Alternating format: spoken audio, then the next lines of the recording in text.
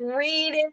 Today, the moon continues in Aries. It actually went into Aries over the weekend. And so yesterday I shared a longer video about Pluto in Aquarius. Didn't talk much about the Aries moon, but let's look a little bit at that for today. I'm Marina Orms here with your Astro Vibe for Monday, February 3rd. With the Aries moon, we activate some warrior energy, feeling into our courage, finding our courage. So, looking for places where you can take action, what you can do, where you need to move, where you need to find your voice, right? Your voice to make steps forward to do something. And so, whatever you might be noticing in the world, whatever you are concerned about at this time, it's a good time to ask yourself, what can I do? And keep in mind that to bring about change, to bring about positive change, even small actions count. There are millions and millions and millions of us. And so when we do little small actions, they add up. So don't think that you can't do anything to fix the problems in the world, because your small actions do matter. So as each of us, right, pushes our own edges and finds our own courage to do something that's maybe just a little bit outside of our comfort zone, to say, here is what I care about. Here's what I want to see happen. Here is what I want because it's important to me and my life and the people I love and the world I care about. And what does that look like for you?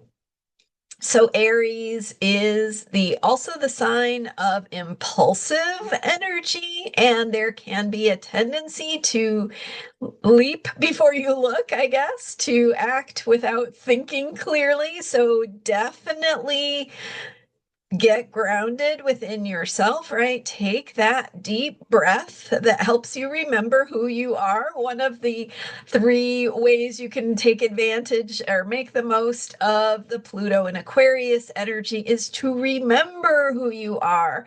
This is what I went in depth into yesterday when I was talking about Pluto in Aquarius, and not just Pluto in Aquarius, but what you can do about Pluto in Aquarius.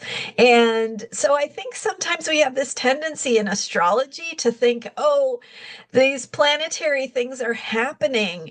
There is nothing we can do about them. They are just, this is the way it is. And our own perspective on how we interpret that astrological energy is so much more than we think. We think that astrology and the way that the planets and the cycles work is something that's happening outside of us. But the deeper truth here is that it is not happening outside of us. It is happening through us.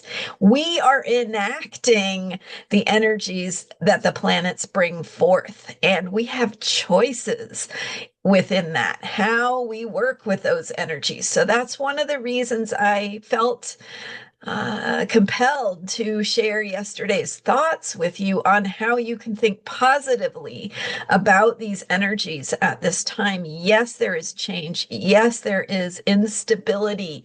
Yes, we don't know what direction it will all go. And we all have a role to play in steering the direction that things go in. We are not victims. In other words, we are agents within what is unfolding. Not to mean anything is our fault, because blame, shame, and guilt do not help us get into action. Blame, shame, and guilt help us shut down. And that's exactly the opposite of how we can work with this energy in positive ways. So if you notice yourself feeling any regret over the past, over what you have thought or done before, or how you made choices in the past, this is a new moment. This is a time when you get to ask yourself, what can I do now? And that is what matters. That is how we are engaging with these astrological energies to help them unfold in the ways that they are inviting us to do. Because ultimately, we are learning through the process just as much as we are shaping and creating the outcomes that we participate in. So there is a dance here between the self and the universe, and how we respond to the universe and how we develop ourselves, how we learn and grow through the process is the point, is what we're here to do. And we get to shape the outcomes and impact the results. And even if that doesn't end up in the result you want it to be, you still get to make a positive impact through your immediate environment, your community, your family, your neighbors, the stranger you meet in the grocery store, and how you show up. And I talk a lot here on this channel about kindness and caring and presence, and how to be that force for good in the world in the small ways, and then allowing that to inform your choices when you feel moved to do things in bigger ways. So today's invitation is to step into some kind of action, courage, to do something no matter how small, because your action adds together with everyone else's.